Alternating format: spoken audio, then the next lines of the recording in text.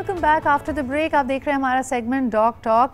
देखें जी, आज क्योंकि आलमी नौजवानों का दिन है तो नौजवानों के कुछ और हेल्थ रिलेटेड मसाइल की भी बात करेंगे, ख़ास तौर पे मोबिलिटी रिलेटेड मसाइल की भी बात करेंगे। नौजवानों की पसंदीदा जिसको कहते हैं सवारी है मोटर बाइक्स, लेकिन आपको कई मन चले वन व्हीलिंग करते हुए नज़र आते हैं और क्योंकि वो बहुत ज़्यादा मोहतात नहीं होते, रिस्पॉन्सिबल तरीके से नहीं बाइक्स राइड करते, तो कई एक्सीडेंट्स भी आपने देखे हैं। लेकिन इसके अलावा एक और जो असर हम देख रहे हैं कि कई दफ़ा जो हमारी सड़कों का हाल है, इन टूटी फूटी सड़कों पे जब बाइक चलाई जा रही होती है तो कोई ना कोई स्प्रेन आपको लग सकता है। यानी हो सकता है आपकी बैक स्प्रेन हो जाए, आपकी गर्दन में तकलीफ़ आपको हो जाए, और इसके लिए मुख्तलिफ इस्तिलाहात इस्तेमाल करते हैं। लोग कहते हैं जी चोट लग गई है, नस पे नस चढ़ गई है, चुक पै गई है। तो आइए ज़रा एक रिपोर्ट देखते हैं।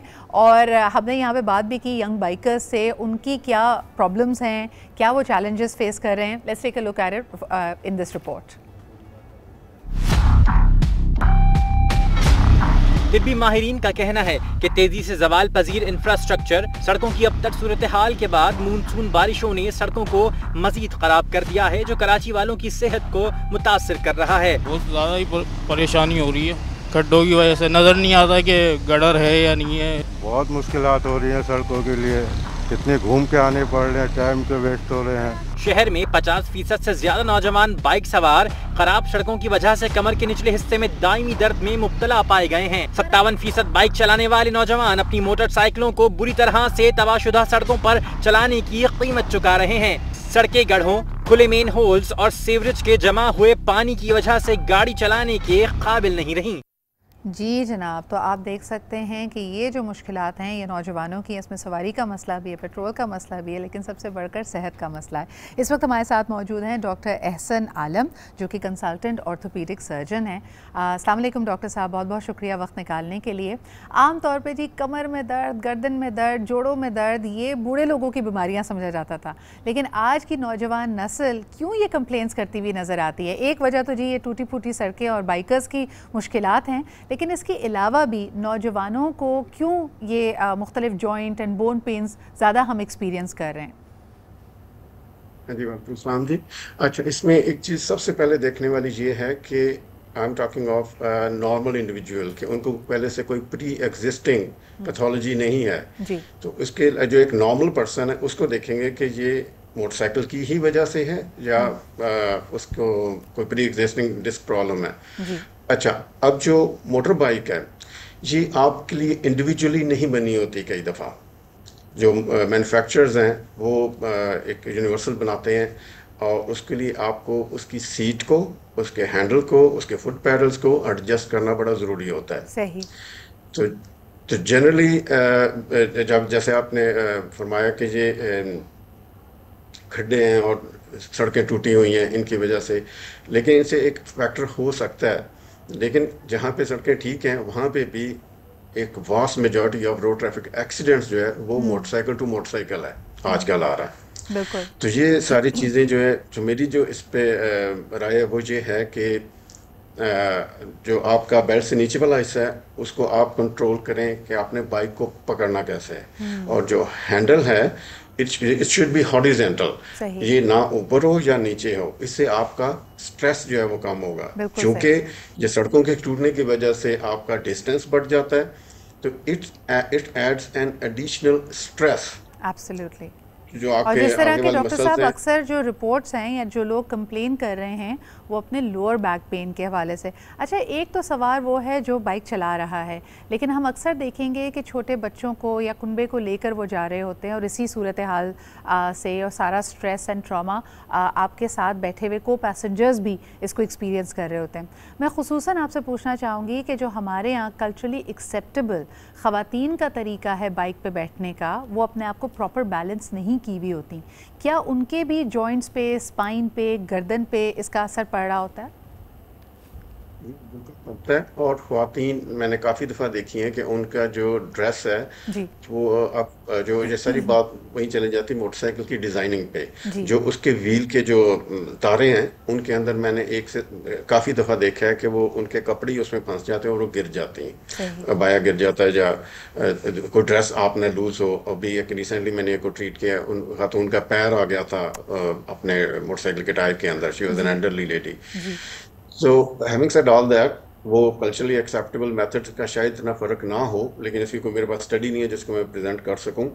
लेकिन इस पे देखने वाली बात ये है कि जो आप कर सकते हैं, देखें सर, खड्डों का लेकिन आप कुछ मैं नहीं चाह कर रही थी सकते। कि इस पे आप ज़रा सी गुफ्तगू करें, जो अंदाज़ है बैठने का, यानी आप मर्दों की तरह उसको स्ट्रैडल नहीं करते, आप दोनों पैर एक तरफ करके ख़वातीन बैठी होती हैं और यकीनन सिर्फ उन्होंने पीछे एक जो उसका हैंडल है उसको पकड़ा होता है, या हो सकता है जो बाइक चला रहा है उसका सहारा लिया होता है, लेकिन ना आपकी बैक सपोर्टेड है, ना आप सही तरह आपने अपनी टांगों से कोई आपकी वो सीट की ग्रिप है।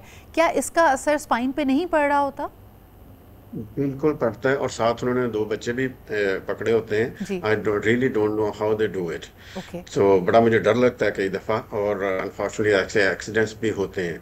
तो सारी बात उस पर जाती है कि जब आप ट्रैवल कर रहे हो तो आपका उसके ऊपर स्ट्रेस कितना आ रहा है। तो बिल्कुल ये मेनली ये बोन रिलेटेड इशू नहीं होगा, जी ये मसल रिलेटेड इशू है, जो क्योंकि मसल्स कॉन्स्टेंटली स्ट्रेच पे हैं। सही तो अब इस पे जो करने वाली बातें वो ये है कि नंबर 1 कि आप अपना जो जर्नी है उसको ब्रेक करें, सही थोड़ा सा प्लान करें। लॉन्ग जर्नीज आपको बहुत ज़्यादा इफेक्ट करेंगे, और आपको एक एफर्ट करनी पड़ती है अपने आप को रिलैक्स करने के लिए, सही ठीक है ना। और जी कुछ एक्सरसाइजेज हैं वो आप करें, तो जो बैक रिलेटेड एक्सरसाइजेज जो कॉमनली मैं बल्कि मेंशन कर दूंगा अभी, जो cat and cow exercises, superman exercises, available है यूट्यूब पे। तो बिल्कुल ये सही, 5 मिनट यानी बंदा ये प्रॉपर एक्सरसाइज आपकी जो करे। स्ट्रेचिंग है, अपने बॉडी को कूल डाउन रिलैक्स करना, ये बड़ा अहम है। आपने बहुत अच्छी बात की कि लॉन्ग जर्नीज इस पे ना करें, these are not meant for long hauls. कई लोग एडवेंचर के शौक में कहते हैं ना कि जी हमने क्रॉस कंट्री कोई रोड ट्रिप करनी है, वो भी बाइक पे करनी है,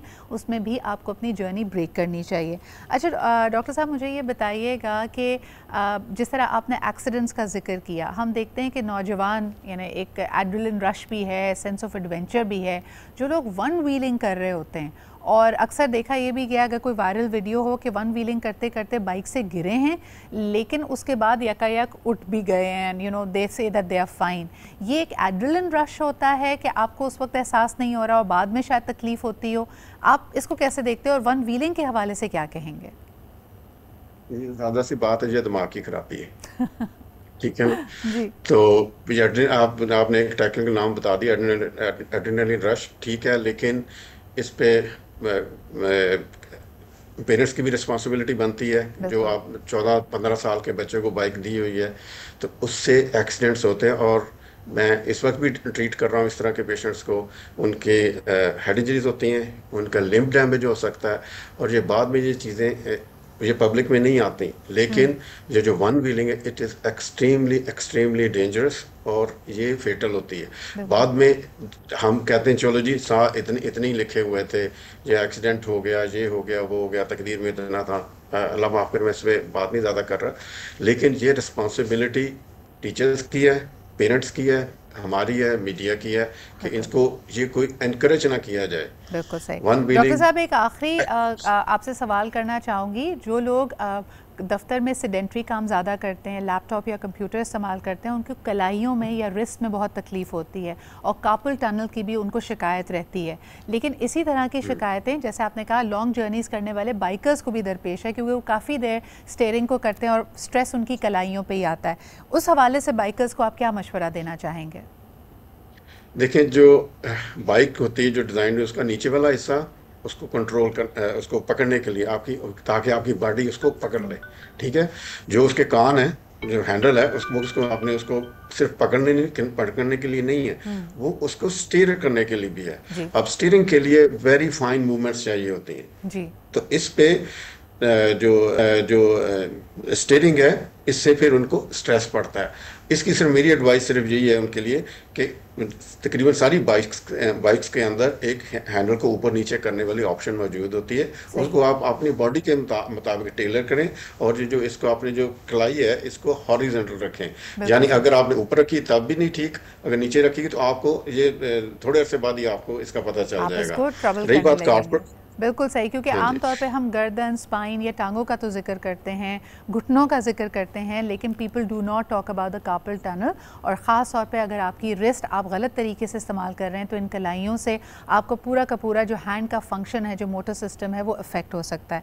बहुत बहुत शुक्रिया डॉक्टर साहब हमारे साथ मौजूद होने के लिए और ये बड़े अहम मौजू पे अपनी टिप्स और के लिए। हम बढ़ते हैं एक छोटे से ब्रेक की तरफ। Will be right back, keep watching आज पाकिस्तान।